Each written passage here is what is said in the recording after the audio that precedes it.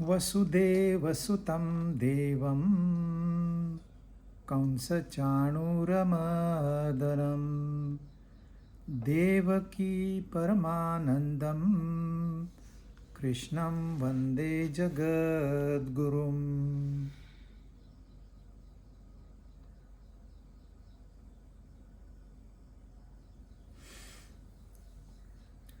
भगवद गीता अध्याय 18 9 श्लोक हमने पूरे किए थे। पहला श्लोक अर्जुन का प्रश्न है, बहुत आसान सा प्रश्न है, कोई अब उसको समझे नहीं है पर कंफर्म करना है। कहता है मुझे संन्यास और योग इसके बारे में बताइए। ये सिलसिला तीसरे अध्याय से चल रहा है। सांख्य योग और कर्म योग, इनका भेद बताइए। तत्किम कर्मणि घोरे मम, घोर कर्म में मुझे क्यों डाल रहे? जब संन्यास श्रेष्ठ है तो इस घोर कर्म में मुझे क्यों ढकेल रहे हो? वहां से ये शुरुआत हुई। अब उसको फाइनल कंफर्मेशन करना है। तो भगवान ने महात्माओं के 4 मत बताए। एक तो जो कामना से प्रेरित यानी कि स्वार्थ से प्रेरित कर्म है उसका त्याग कर देना चाहिए। दूसरा वो कहते हैं सारे कर्मों का त्याग कर देना चाहिए। फिर कहते हैं सारे कर्म फलों का त्याग करना चाहिए। तीसरी बात। चौथी बात, यज्ञ ध्यान तप का त्याग नहीं करना चाहिए। ये 4 मत हैं। फिर उन्होंने त्याग की व्याख्या करते हुए पहले तामसिक त्याग बताया, फिर राजसिक त्याग बताया, फिर सात्विक त्याग बताया। और सात्विक त्याग में क्या है कि मेरा कर्तव्य है इसलिए मैंने करना है, इस भावना से कर्म करना है। कोई आसक्ति नहीं होनी चाहिए, न कर्मासक्ति न फलासक्ति। यदि आप कर्तव्य कर्म कर रहे हैं, आपका कोई उसमें सेल्फ इंटरेस्ट नहीं है, तो आप त्यागी हैं। फिर कौन से कपड़े पहने, घर में है क्या हिमालय में है, बाजार में है कि आश्रम में है, बाल काट दिए कि बाल बढ़ा दिए, इससे कोई फर्क नहीं पड़ता। आप कर्म, कर्तव्य कर्म कर रहे हैं, कर्म छोड़ा नहीं है। तो क्या छोड़ा है? फलासक्ति और कर्मासक्ति।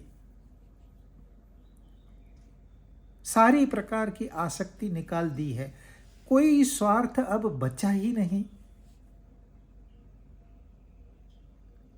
जो ज्ञान मैंने पाया है मुझे बांटना है, ये मेरा कर्तव्य है अभी, इसलिए मैं कर रहा हूं।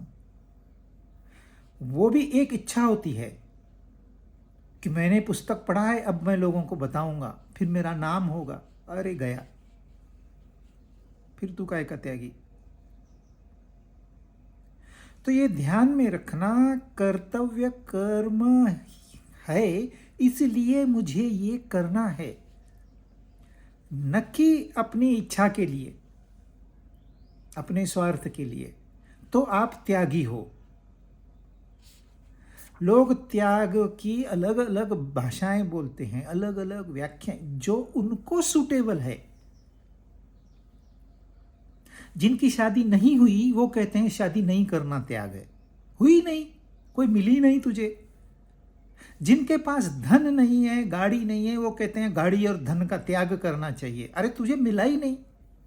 त्यागी तो तब होगा जब तू अपनी मेहनत से धन और गाड़ी ले और दे दे, मोह मत रख उसमें, तब तू त्यागी है। कोई ये कहे मुझे एरोप्लेन को मैंने त्याग कर दिया है, तो ये तो अपना स्वार्थ है, अपना नाम बढ़ाना है, फॉलोअर्स बढ़ाने हैं। दान लोग करते हैं, जब लोग आते हैं ना कुछ डाल के जाते हैं, ध्यान वहां पर है, फिर कोई त्यागी नहीं है। तो त्यागी कौन है? अब उसकी व्याख्या वो आगे करते हैं।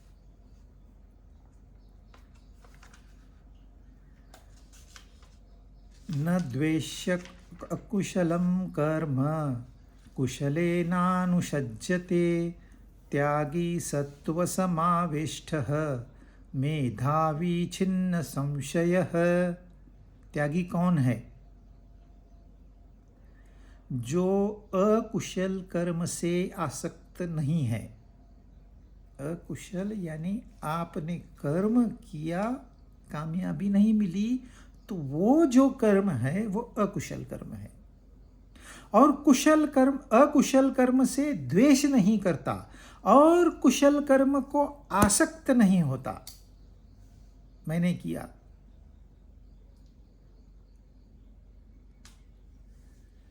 फिर वो बुद्धिमान है भी है। त्यागी कौन है? बुद्धिमान भी है। सारे संशय दूर हो गए हैं और अपने स्वरूप में स्थित है। इसके पहले क्या बताया था उसने? सात्विक त्याग बताया था। पर आप जानोगे कैसे? क्योंकि त्याग बाहरी चीजों का होता ही नहीं है। ये गलतफहमी है। इस वस्तु को छोड़ दिया, इस फल को छोड़ दिया, इस खाने को छोड़ दिया, ये त्याग नहीं है। त्याग पूरा का पूरा इंटरनल है। ये सब अंतःकरण में प्रतिक्रिया होती है। बाहर से वो घूमेगा, फिरेगा, खाएगा, पिएगा, सब कुछ करेगा, फिर भी वो त्यागी है।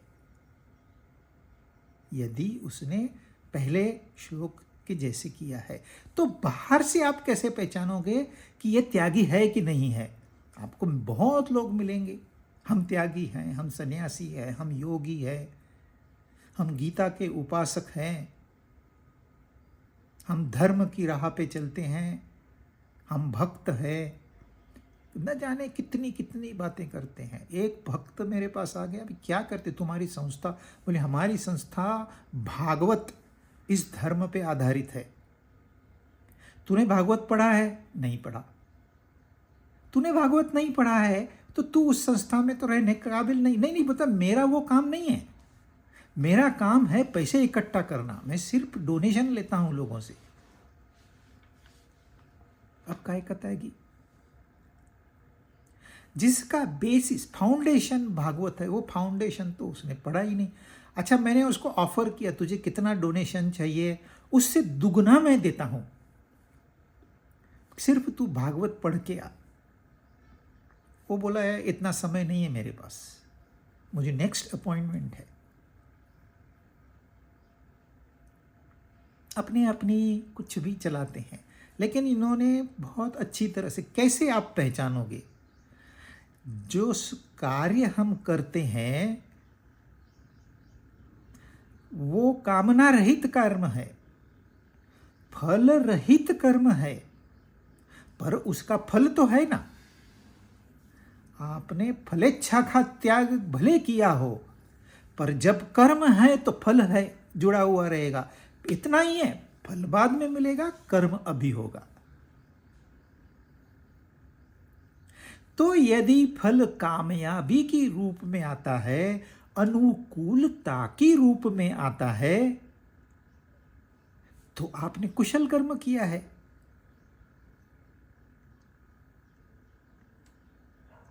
आजकल जिम में जाते हैं लोग, ऐसे बॉडी बनाते हैं, अट्रैक्टिव सिक्स पैक। हमारे यहाँ एक ट्रेनर जिसकी उम्र मात्र 26 साल, मस्त बॉडी बिल्डर, उसके इर्द गिर्द 25 बच्चे उसके स्टूडेंट लर्न कर रहे हैं, खड़े खड़े नीचे गिर गया, फिर उठा ही नहीं। सबको लगता था ये बड़ा कुशल है, परंतु वो बड़ा अकुशल था।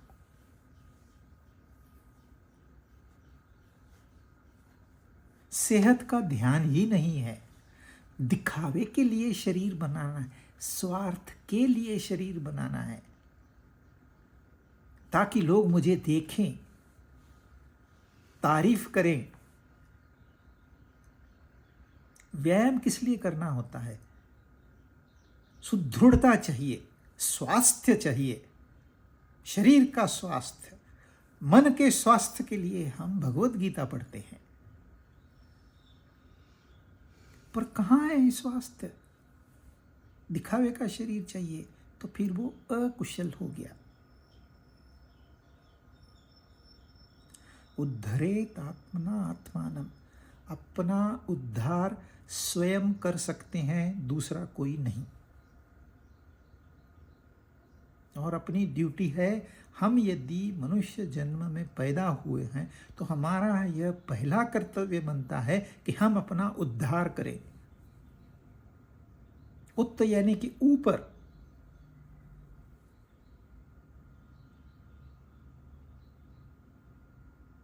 और जो जो कर्म आपको ऊपर की ओर, उद्धार की ओर लेके जाएंगे, वो सारे के सारे कुशल कर्म हैं। और जो आपको नीचे गिराएंगे, आपके लिए यातनाओं का बंदोबस्त करेंगे, आपको दुखों में डालेंगे बाद में, वो सारे अकुशल कर्म हैं। आप देखेंगे बहुत लोग, अरे मैंने इसे नहीं करना चाहिए था, बड़ी भूल हो गई, अब क्या करें? अकुशल कर्म। इसलिए कर्म के पहले सोचना है, कर्म के बाद नहीं।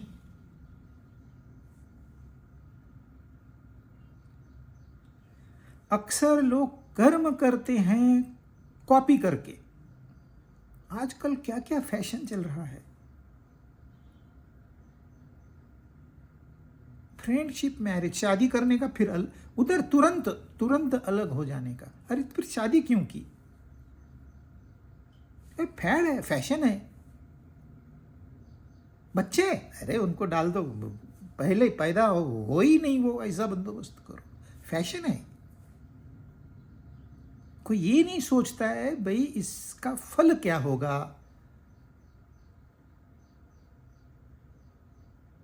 अमेरिका में आज के दिन पे एंटी डिप्रेशन ड्रग बड़ी मात्रा में बिक रहा है।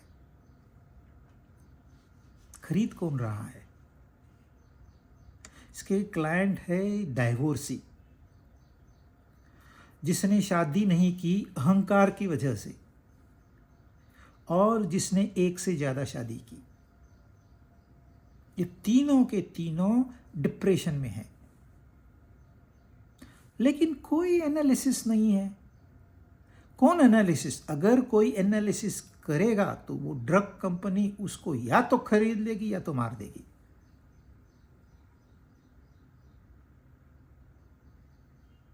क्योंकि कारण पता चल गया तो इलाज करेंगे, घर में इलाज करेंगे, दवा खाने की क्या जरूरत है? पर उनको तो दवा बेचनी है, और दवा ऐसी बेचनी है आप मरे नहीं, क्योंकि मरे तो ग्राहक गया, मरे नहीं पर डिप्रेशन में रहे। स्टैटिन्स बेचते हैं, आप मरे नहीं पर ठीक कभी ना हो। डायबिटीज वाले दवा बेचते हैं, आप मरे नहीं पर आप ठीक, आपका डायबिटीज कभी ठीक ना हो। ठीक हो गया तो ग्राहक गया, मर गया तो भी ग्राहक गया। और इस अकुशल, इस घटिया कर्म को लोग कुशल कर्म समझते हैं। अरे क्या शेयर प्राइस है, देखा क्या उसका? मूर्खता की भी हद पार हो गई है। भगवत गीता में तो ये है ही नहीं, क्योंकि उन्होंने कभी ऐसी कल्पना ही नहीं की ऐसे भी मार्केटिंग होता है। परंतु जो त्यागी है उसको न कुशल कर्म से कुछ लेना देना है, न अकुशल कर्म से कुछ लेना देना है। देखिए, कुशल कर्म से भी कोई मोह नहीं। यदि मेरे में कोई काबिलियत है, मैं कोई काम बहुत अच्छी तरह से कर सकता हूं, छोड़ दो। क्यों? उससे भी आसक्त हो जाएंगे, हम बंध जाएंगे। बंधन नहीं चाहिए। फिर वो बुद्धिमान है। त्यागी लोगों को लगता है इसको काम धंधा नहीं आता है। अरे वो उसकी जैसा बुद्धिमान कोई नहीं है। उसको पता है ये तुम्हारे काम धंधे में क्या है, अंत में क्या प्राप्त होगा, दुखों के सिवा कुछ नहीं।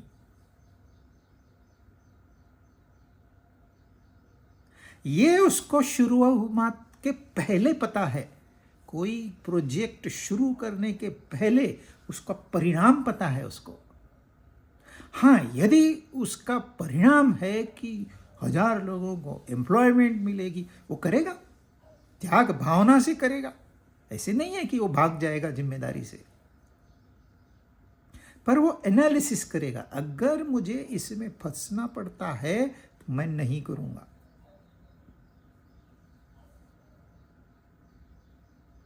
फंसे बगैर अगर किसी का भला होता है मैं जरूर करूंगा। इसको कहते हैं बुद्धिमान, जिसको कर्म के पूर्व में परिणाम का पता होता है। वो कोई भविष्य करता नहीं है, वो कोई लकीरें नहीं देखता, ग्रह तारे नहीं देखता, अंधश्रद्धा से नहीं। अपनी बुद्धि, हर मनुष्य के पास बुद्धि है, नहीं तो वो मनुष्य ही नहीं है। और जो बुद्धि का इस्तेमाल नहीं करता वो भी मनुष्य नहीं है, वो 2 पैर का प्राणी मात्र है।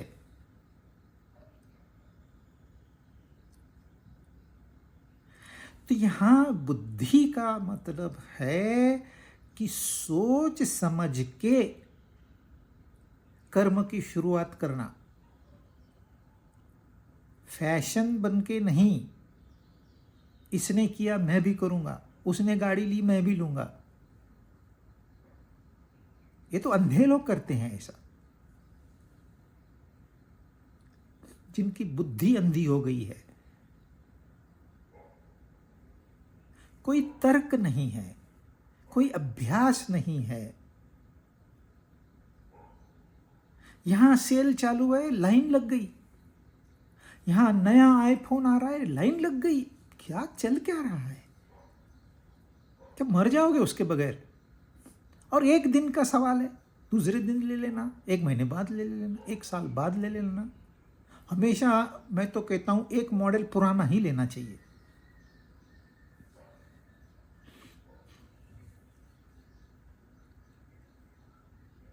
पर ब्लाइंड फॉलोइंग, एक करता है सारे उसके पीछे दौड़ रहे हैं।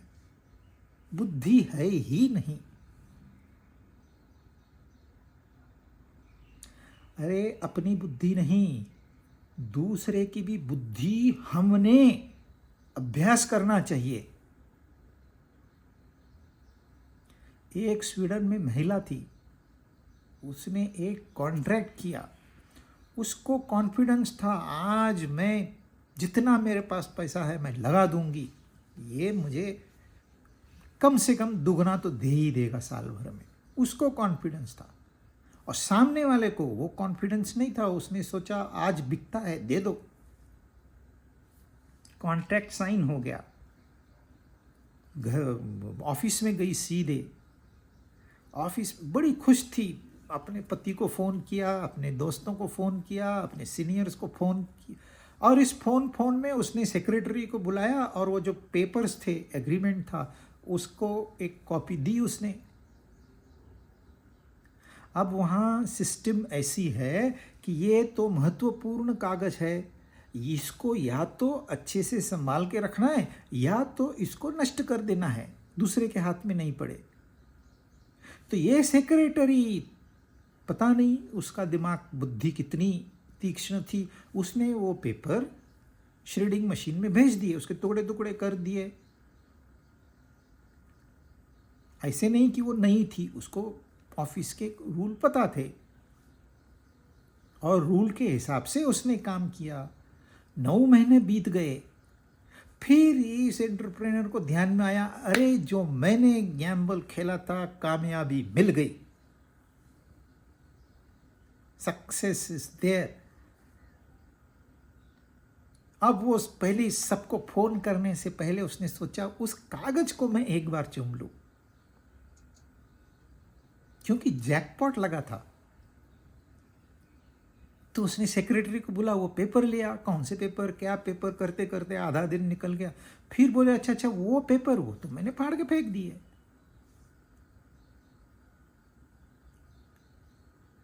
ये जो अभी अभी जॉय में जंप कर रही थी, इसको हार्ट अटैक आ गया। और फिर तो साल भर उसने नरक यातना ही भोगी। पूरी फैमिली लाइफ, बिजनेस लाइफ सब डिस्टर्ब हो गया। तो किसका बुद्धि, सेक्रेटरी की बुद्धि तुम्हें डावाडोल कर सकती है।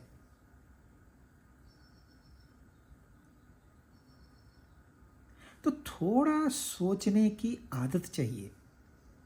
जो इंसान सोचता है, पॉजिटिव थिंकिंग, वो बूढ़ा नहीं होता।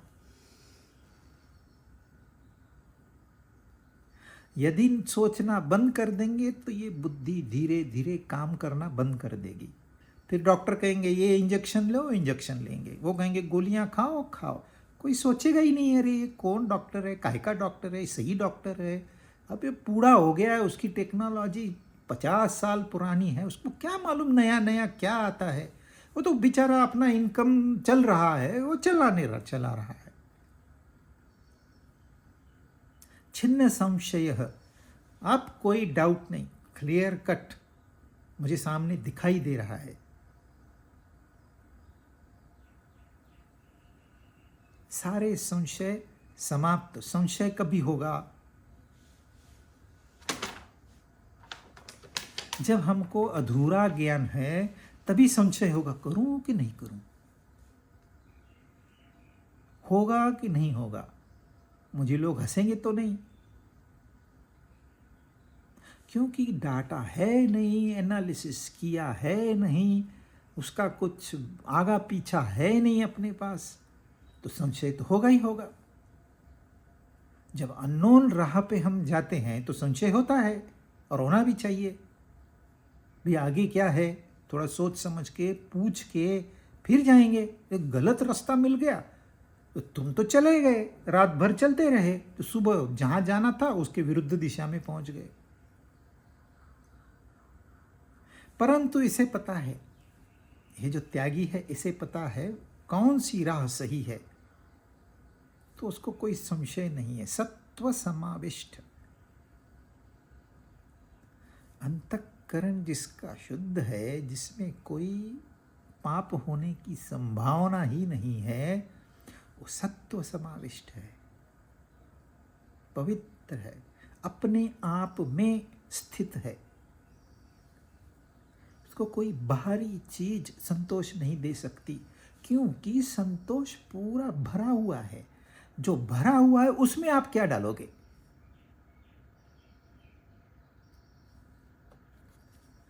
11 नहि देहभृता शक्यं त्यक्तुं कर्माण्यशेषतः यस्तु कर्मफलत्यागी सत्यागीत्यभिधीयते। जिसने इस देह के साथ, ये शरीर के साथ में तादात्म्य कर लिया है, यह शरीर या तो मैं हूं या तो ये शरीर मेरा है, ऐसे मान लिया है, उसको कहते हैं देहभृत, देहधारी। और यह जो देहधारी है, ये कर्मों का त्याग नहीं कर सकता, ये संभव नहीं है।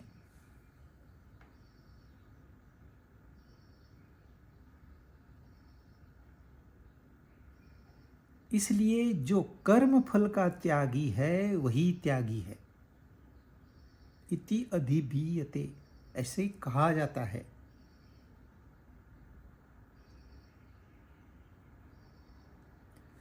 जिसने देह धारण किया है वह कर्म का त्याग नहीं कर सकता। तो कर्म का त्याग करने के लिए क्या करना होगा?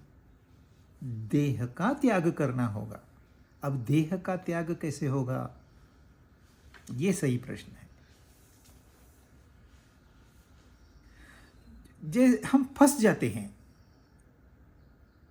कर्म का त्याग कर दो तो देह का त्याग हो जाएगा, देह का त्याग करो कर्म का त्याग हो जाएगा। क्या सही है? और कैसे करें? हम न कर्म, जो देहधारी है वो कर्म का त्याग नहीं कर सकता, और जो कर्म का त्याग नहीं कर सकता वो देह का त्याग नहीं कर सकता, क्योंकि उसे पता ही नहीं है देह क्या है और कर्म क्या है। दूसरा अध्याय, तीसरा अध्याय, चौथा अध्याय, पांचवा अध्याय और छठा अध्याय, ये सारे कर्म योग के दायरे में आए। और अभी भी हम जो बात कर रहे हैं यह कर्म योग की बात कर रहे हैं, यानी कि गीता ने कर्म योग को कितना महत्व दिया है। फिर भी जो गीता के अभ्यासक है उनके भी कर्म अकुशल साबित होते हैं, पर उन्होंने जगह जगह पे बात को बताया है, रिपीट किया है, सावधान किया है।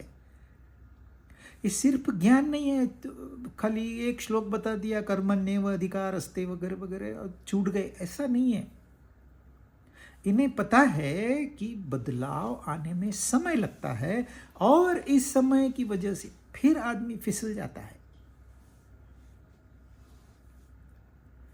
फिसलना कोई गुनाह है नहीं। अरे मनुष्य है, वो नहीं फिसलेगा तो कौन फिसलेगा? पर जो सावधान रहता है वो फिसल के भी ऊपर उड़ जाता है वापस। जो सावधान नहीं रहता वो फिसलते ही जाता है और फिर नरक में पड़ जाता है। जब नरक में पड़ जाता है तो पछतावा करता है, इसको ब्लेम कर, उसको ब्लेम कर, दूसरे मेरे दुख के कारण है, मैं नहीं।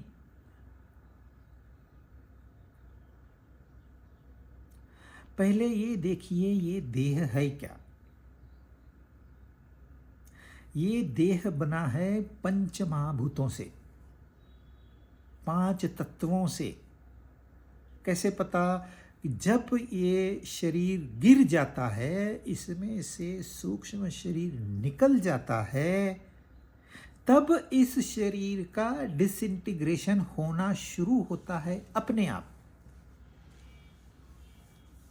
पहले यह शरीर ठंडा पड़ जाएगा, इसमें से जो तेज तत्व है वो निकल गया, फिर इसमें ये सूख जाएगा, इसमें से जल तत्व निकल जाएगा, फिर वायु तत्व निकल जाएगा, जो बचेगा वो धरती में समा जाएगा, और जो इसने आकाश व्याप्त करके रखा था वो छूट जाएगा। तो यह आकाश सबसे सूक्ष्म तत्व, इससे पैदा होता है वायु, दूसरा तत्व, वायु से पैदा होती है अग्नि, CO2। जब रिएक्शन होती है H और O की, H2O की, तो अग्नि निकलती है ऊपर की तरफ, और नीचे निकलता है जल, चौथा। और यह जब सॉलिडिफाई होता है, जैसे बर्फ बनता है, ठोस बनता है, तो पृथ्वी। और इन्हीं 5 तत्वों का ये शरीर है, और ये पांचों के पांचों तत्व डायनेमिक है, अंडर कांस्टेंट मोशन। जरा सी देर के लिए अगर हवा रुक जाए तो इंसान खत्म हो जाएगा। आप बंद कमरे में बैठे हैं ना, तो भी एयर सर्कुलेशन चल रहा है, वहां से ऑक्सीजन आती है, CO2 जाती है, फिर ऑक्सीजन आती, ये सर्कुलेशन चल रहा है, हमको दिखाई नहीं देता, स्पर्श नहीं होता, पर यह सर्कुलेशन चल रहा है। तो ये डायनेमिक, ये हमेशा घूमने वाले तत्वों से बना ये शरीर कार्यरत नहीं रहेगा।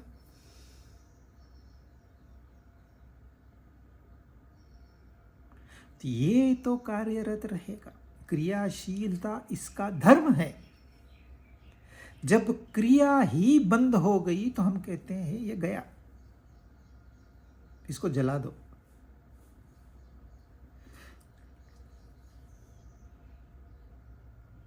तो जब तक ये शरीर है, यह प्रकृति का अंग जो है, इसमें प्रकृति के ही गुण रहेंगे। पंचमहाभूत प्रकृति एक ही है।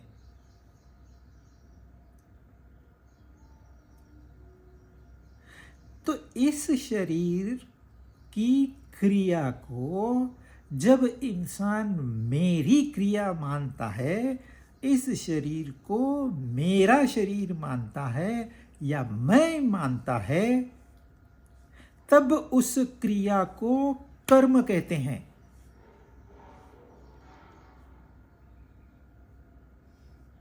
क्योंकि कर्म जो मैंने किया वो कर्म है, दूसरों ने किया उसको थोड़ी हम कर्म कहते हैं। आप देखो, नदी बह रही है, क्रिया चल रही है।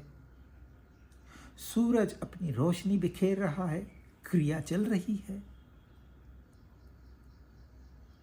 हवा यहां से वहां, वहां से वहां, अनेक रूपों में 49 रूप है हवा के, 49 घूम रही है, क्रिया चल रही है। धरती पल पल बदल रही है, पल पल घूम रही है, क्रिया चल रही है। लेकिन इस क्रिया को किसी ने मेरी क्रिया नहीं कहा, इसलिए ये कर्म नहीं है।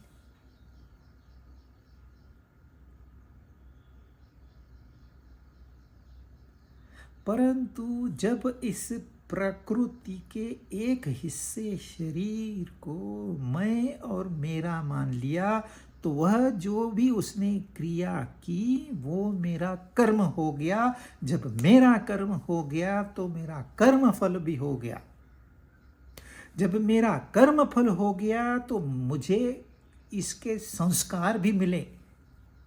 इस संस्कारों की वजह से मुझे पुनः पुनः कर्म करने पड़ेंगे।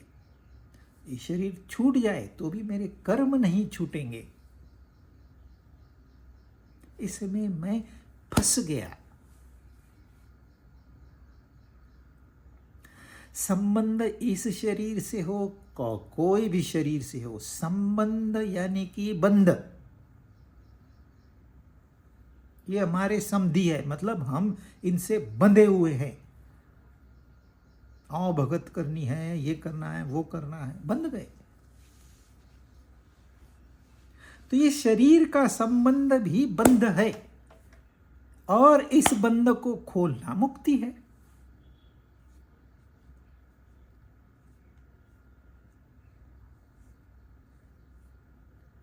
तो देहधारी जब देह को मैं और मेरा मान लिया तो कर्म से छुटकारा नहीं है। तो फिर छुटकारा किसको है? जिसने इस देह को मैं और मेरा नहीं माना है वो मुक्त है। वो कोई कर्म नहीं करता है, उसका कर्म अकर्म कहा जाता है।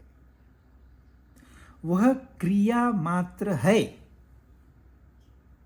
तो जो ये महात्माएं इस दुनिया में घूमते फिरते हैं तो वो कर्म नहीं करते, उनका शरीर क्रियाशील होने की वजह से क्रिया हो रही है। जैसे नदी बह रही है, हवा चल रही है, सूरज रोशनी दे रहा है, वैसे उनका शरीर भी चल रहा है। शरीर प्रकृति का हिस्सा है, मैं अलग हूं।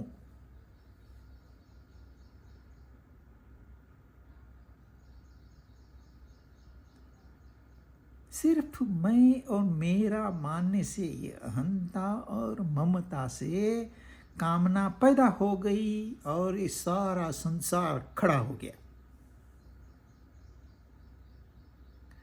न अहंता थी, न ममता थी, न कामना थी ओरिजिनली, और न ही ये संसार था। संसार नहीं था तो फिर क्या वैक्यूम था, यहां लोग सवाल पूछते हैं। अरे पृथ्वी है अपना घूम रही है, सूरज है अपनी रोशनी बिखेर रहा है, पर इसको हम अपना कर्म मानते हैं क्या? कोई कोई तो है, भगवान भी कभी कहता है ये मेरा कर्म है? नहीं, वो अकर्म है। तो हमको भगवान भगवान करना है, सीखना क्या है भगवान से? जैसे वो कोई कर्म नहीं करता परंतु क्रियाएं हो रही है, वैसे हमने भी कुछ कर्म नहीं करना, क्रिया होने दीजिए।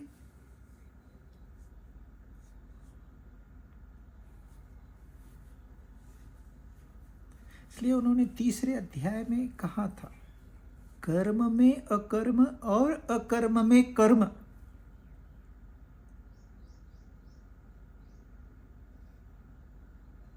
यह सूक्ष्म है, सूक्ष्म विचार है, बहुत गहराई से सोचने के बाद इसका पता चलेगा। तीसरे अध्याय में उन्होंने विस्तार से एक्सप्लेन किया है। यहां सिर्फ यह कह दिया कि देहधारी मनुष्य कर्मों का त्याग, संपूर्ण कर्मों का त्याग नहीं कर सकता, असंभव है, न शक्यम, शक्य ही नहीं है। तो जो क्रियाएं हैं वो चलती रहेगी। मेरे हाथ चलते रहेंगे, मेरे पांव चलते रहेंगे, कहने को मेरे हैं, लेकिन मैं अंदर से जानता हूं मैं इनसे अलग हूं, तो ये चले, क्या खराबी है उसमें? तो क्या तरीका है इसका? वो कहते हैं कर्म फल का त्याग कर दो। आप कर्म का त्याग नहीं कर सकते, आप वो अकर्मकृत स्थिति को नहीं प्राप्त हो सकते हैं। आप कर्म फल का त्याग कर दो, आप त्यागी हो गए।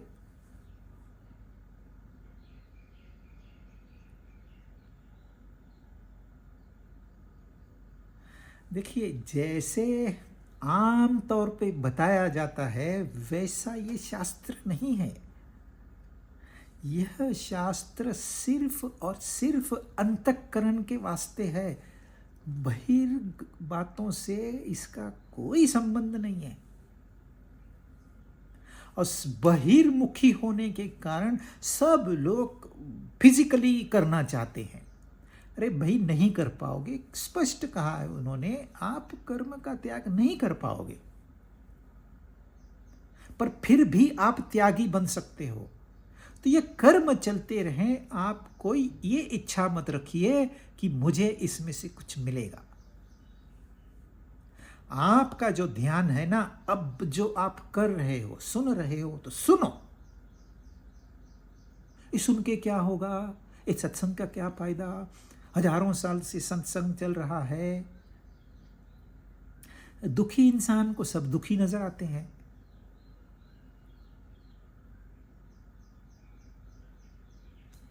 सुखी इंसान चाहता है सारे सुखी हो जाए। तो जो अज्ञानी है वो बहिर्मुख होते हैं। अज्ञानी यानी कि शून्य नहीं, उनको कुछ भी पता ऐसे नहीं है। उनका जो ज्ञान है वो ज्ञान सत्य नहीं है, वो असत के बारे में ज्ञान है, जो दिखाई तो देता है पर वस्तुतः नहीं है, उसका ज्ञान है उनको। उनको अज्ञानी कहते हैं। दुनिया भर के कितने सब्जेक्ट है, पर लोग इसका ज्ञान, उसको लॉ भी हम पढ़ेंगे, ह्यूमैनिटी भी पढ़ेंगे, साइकोलॉजी पढ़ेंगे, फिलॉसफी सब पढ़ोगे, लेकिन ये सारा का सारा अज्ञान के दायरे में आएगा।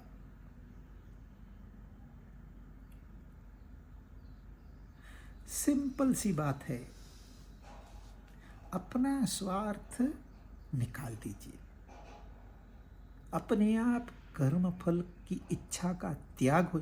जब अपना स्वार्थ है ही नहीं तो कर्म फल की इच्छा नहीं होगी।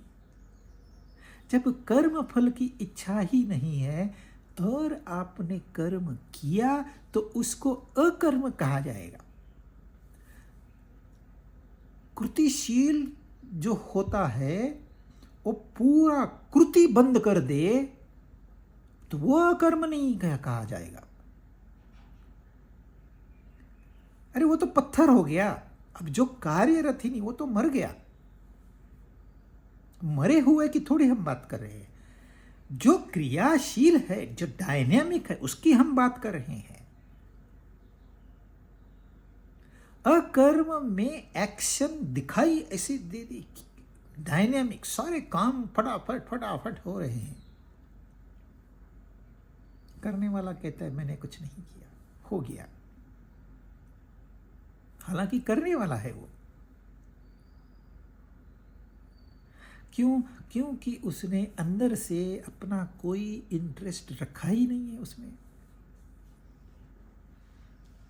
यह मेरा कर्तव्य है इसलिए मैं कर रहा हूं।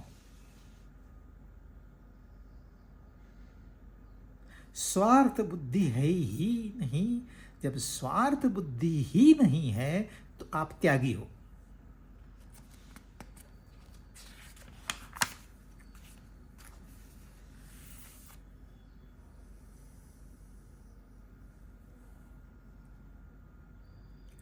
यदि आप कर्म फल का त्याग, मतलब वो जो इच्छा है मुझे कुछ मिलेगा,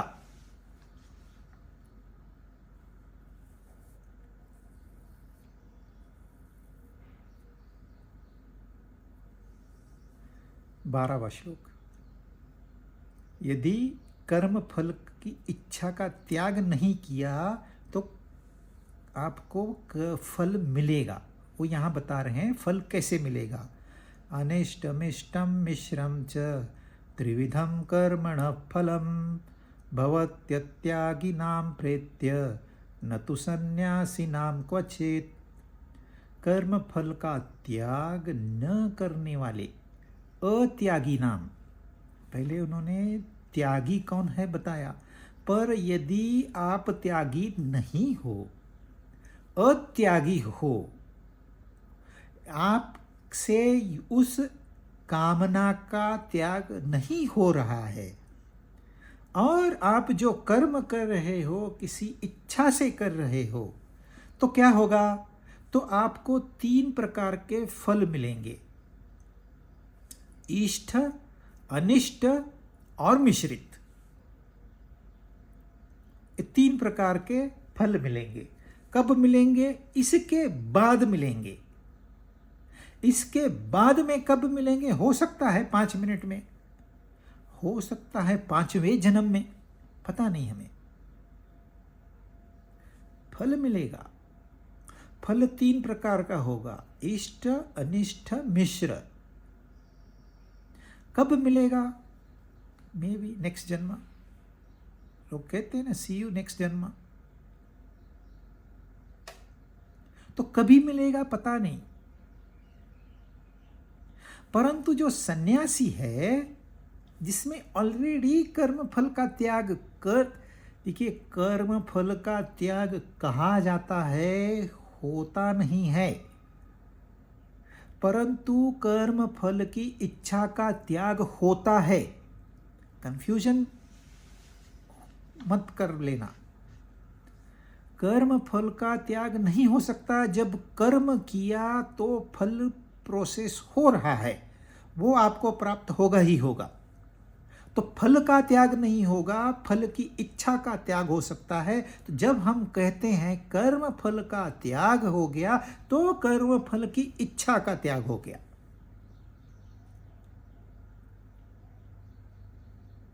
परंतु अपनी इच्छा का त्याग नहीं हुआ है तो कर्म फल मिलने वाला है। एक तो इष्ट फल मिलेगा, जैसे मुझे चाहिए वैसे ही हुआ। जिसके साथ मेरा प्रेम संबंध था उसी के साथ शादी हुई। जो मैंने सोचा था कि नेक्स्ट ईयर गाड़ी लूंगा 1 तारीख को, ले ली मैंने।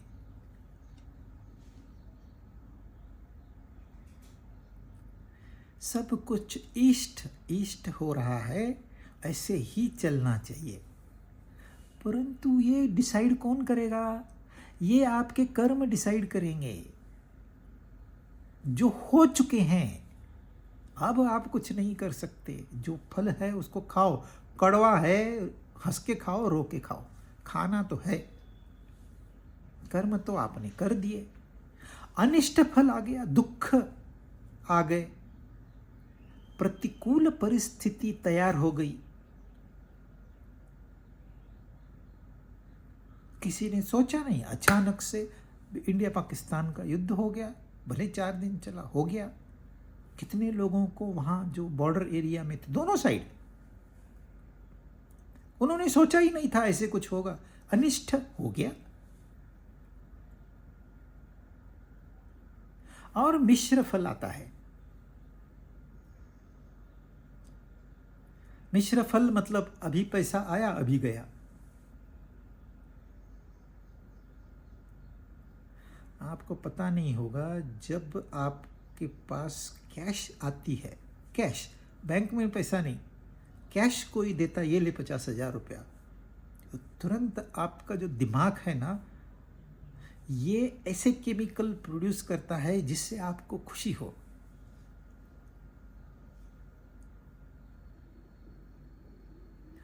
अब आपने किसी को इसमें से 25,000 देने हैं या 5,000 देने हैं, वो सामने खड़ा हो गया।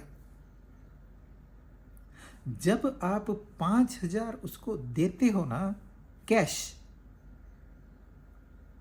यूपीआई से नहीं, क्रेडिट कार्ड से नहीं, कैश देते हो ना, कैश 100 रुपया भी जब इंसान देता है तो उसका बुद्धि उसको कहीं ना कहीं दुख देती है। सूक्ष्म है, बहुत बहुत सूक्ष्म है। तो जब कैश आती है तो खुशी होती है, कैश जाती है तो दुख होता है। आप कैश देने वालों के चेहरों के 100 लोगों की वीडियो बनाइए, और जो क्रेडिट कार्ड से पेमेंट करते हैं ना, उनके भी 100 लोगों की वीडियो बनाइए। आपको जो क्रेडिट कार्ड वाले हैं ना, वो प्रसन्न दिखेंगे, कैश वाले अप्रसन्न दिखेंगे। ऐसा क्यों? ये साइकोलॉजी है।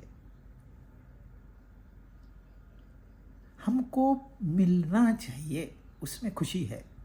देने, एक्चुअली हम जब देखते हैं ना, ये मेरा जा रहा है। अरे आप कुछ खरीद रही हो तो देना पड़ेगा ना। जब आप स्वयं देखते हो तो आपको कहीं ना कहीं एक दर्द होता है, बहुत छोटा होता है। जब आप क्रेडिट कार्ड से देते हो तो आपको वो दर्द नहीं होता, क्योंकि आपके सामने आपका कुछ गया ही नहीं, तो बैंक टू बैंक हो गया।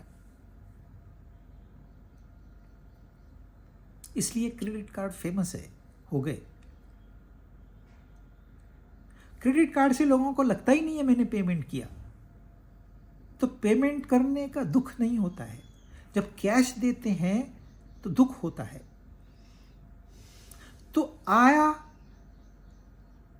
ये कौन सा है? इष्ट। गया अनिष्ट। दोनों एक साथ हुई, मिश्रित।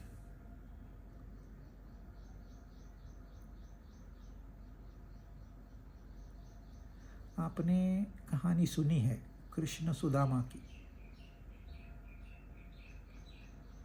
सुदामा और कृष्ण मित्र भी है, गुरु भाई भी है, और भक्त भगवान भी है। एक ही आश्रम में पढ़े, एक ही स्कूल में बच्चे जब होते हैं तो मित्र हो जाते हैं।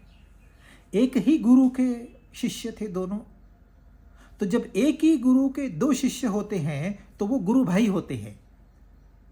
क्योंकि गुरु के अपने पुत्र नहीं होते, और ये पुत्र समान ही होते हैं शिष्य। उनका पुत्र भी शिष्य होगा तो वो भी शिष्य के श्रेणी में आएगा, पुत्र के श्रेणी में नहीं आएगा। तो ये सब गुरु भाई हो गए। और इसके बावजूद जब वो आश्रम से चले गए तो सुदामा को ये पता था कृष्ण महान है, सुदामा कृष्ण भक्त भी था, परंतु अत्यंत दरिद्रता। यदि 4 लोगों के लिए एक व्यक्ति का भोजन मिल जाए तो वो खुश होते थे।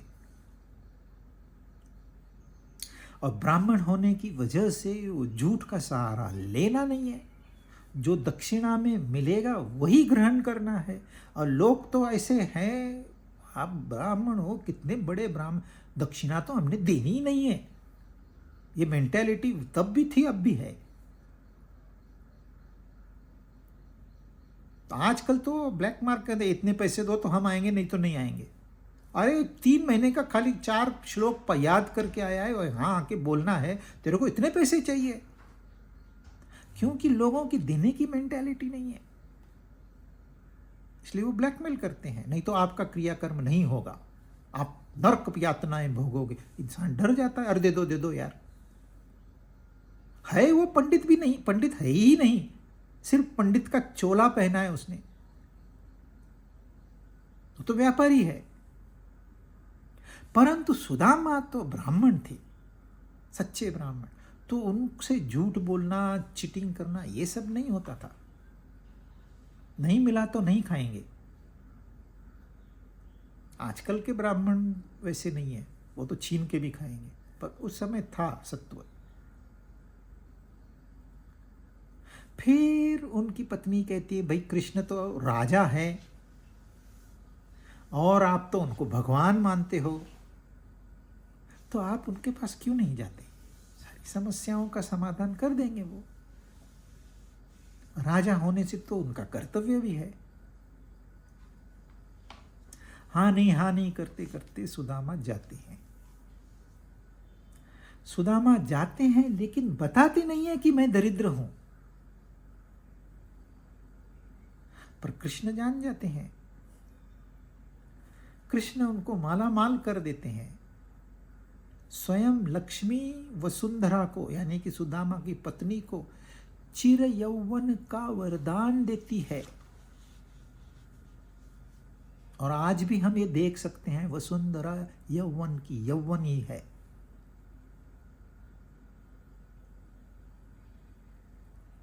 तो अब सवाल ऐसे है कि यदि भगवान को पता चल गया सुदामा क्यों आया है, तो जब सुदामा दरिद्रता में था तब भगवान को समझ में नहीं आया कि मेरा भक्त, मेरा गुरु भाई, मेरा दोस्त दरिद्रता में है। यदि वो भगवान है, एक बात समझ सकते हैं तो दूसरी भी बात उनको समझ में आनी चाहिए, नहीं तो फिर वो भगवान नहीं है। पर समझ में आया था,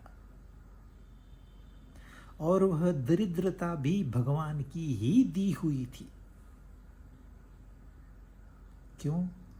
क्योंकि एक बार सुदामा और कृष्ण किसी आश्रम के काम से बाहर गए, तो गुरु माँ ने उनको कुछ चने दे दिए। बच्चे हैं, भूख तो लगेगी रास्ते में, तो ये चने खा लेना। तो कृष्ण को दिए, सुदामा को दिए। तो कृष्ण ने कहा, माता जी ये सुदामा के ही पास दे दो, उसके पोटली में ही रहने दो, जब मैं चाहिए जितना मैं ले लूँगा उससे। तो सुदामा के पोटली में दोनों के चने थे। कुछ वक्त ऐसे आ गया, दोनों फंस गए। सुदामा को भूख लगी तो उसने सारे चने खा लिए। जब सुदामा ने खत्म कर दिए तो भगवान ने कहा, अरे मुझे भूख लगी है सुदामा, चल निकाल, चने खाते हैं बैठ के। तो सुदामा ने कहा, मेरे पास चने है ही नहीं, वो गिर गए। उसने ये नहीं सोचा इसका परिणाम क्या होगा। तो जो फल सुदामा को मिला वो उसके कर्म का फल था। अनिष्ट भी मिला, इष्ट भी मिला, मिश्रित भी मिला।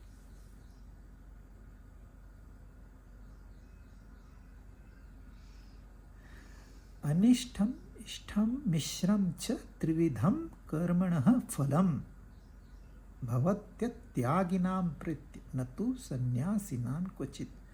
सन्यासी यानी कि जो त्याग कर चुका है, ग्रेजुएट किसको कहते हैं? जिसने कॉलेज का एजुकेशन पूरा कर दिया है। वैसे ही जिसने कर्म योग का अध्याय पूरा कर दिया है वह सन्यासी हो गया।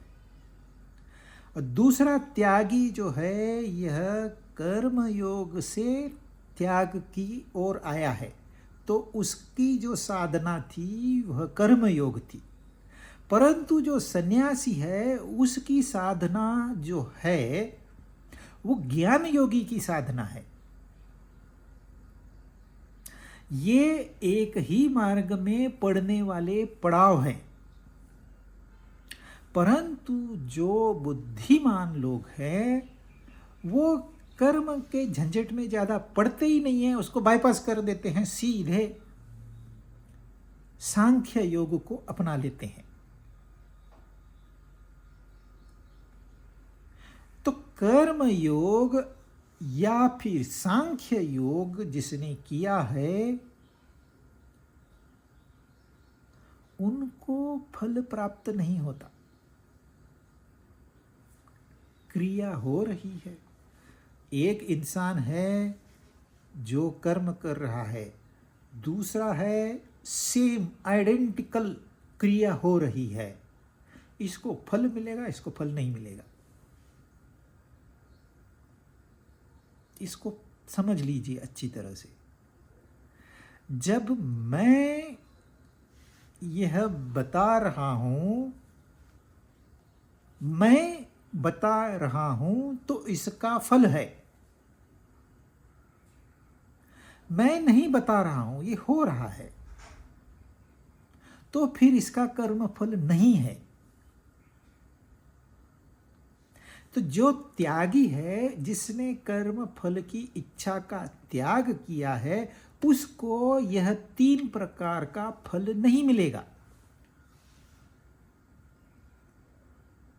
परंतु जो अत्यागी है उसको फल खाना ही पड़ेगा, छुटकारा ही नहीं है। कभी मीठा फल होगा, कभी कड़वा फल होगा, कभी दोनों का मिश्रण होगा। तो जब हम कर्म करते हैं तो किस भावना से करते हैं?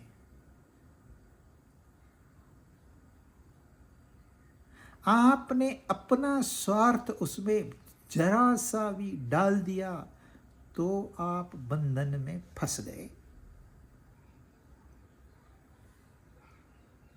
तो त्याग करना है तो काहे का त्याग करना है?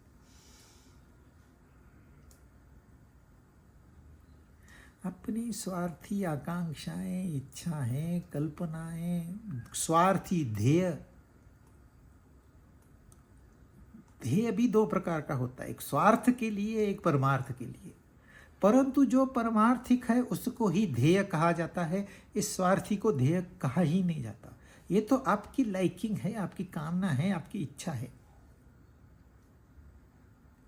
तो फल प्राप्त होगा, यानी कि बंधन प्राप्त होगा। अगर इस जन्म में नहीं मिला तो आपको वापस आना है।